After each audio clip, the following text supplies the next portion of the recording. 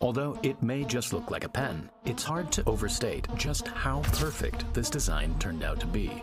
There were no moving parts, springs, or complex materials, yet every element had multiple purposes. Let's take a closer look.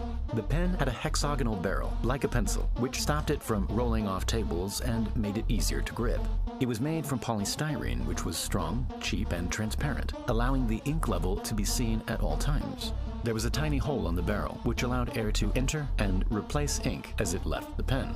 The ink inside the cartridge was a special recipe that maximized the capillary effect, while still producing a good quality line. The ink flowed into the tip of the pen, which contained the stainless steel ball. The ball was machined so accurately and could move just enough to spin and deposit ink onto the page. When the pen wasn't being used, the ball would create a seal, stopping ink from leaking out of the bottom. If the pen was turned upside down, the capillary action and the surface tension of the ink would stop it from falling out the back of the pen.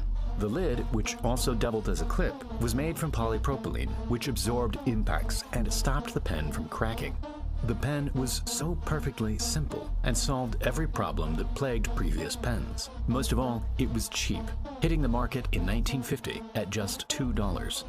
It was an instant success, selling around 10,000 units daily in France during its first year. Marcel realized how English-speaking countries were pronouncing his name, so he dropped the H, and the Bic name was born. Marcel understood the importance of economies of scale, and he quickly expanded to other continents, setting up factories all over the world.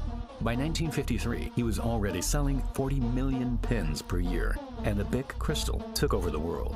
Now anyone in the world who wanted to write or draw could do so, and it was easy.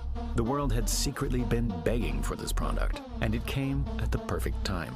Over the next 50 years, 100 billion of these pens were sold, and literacy rates went from 35 to almost 90%. It's almost impossible to imagine life without this pen, and the fact that its design has remained almost exactly the same since day one shows just how perfect it was.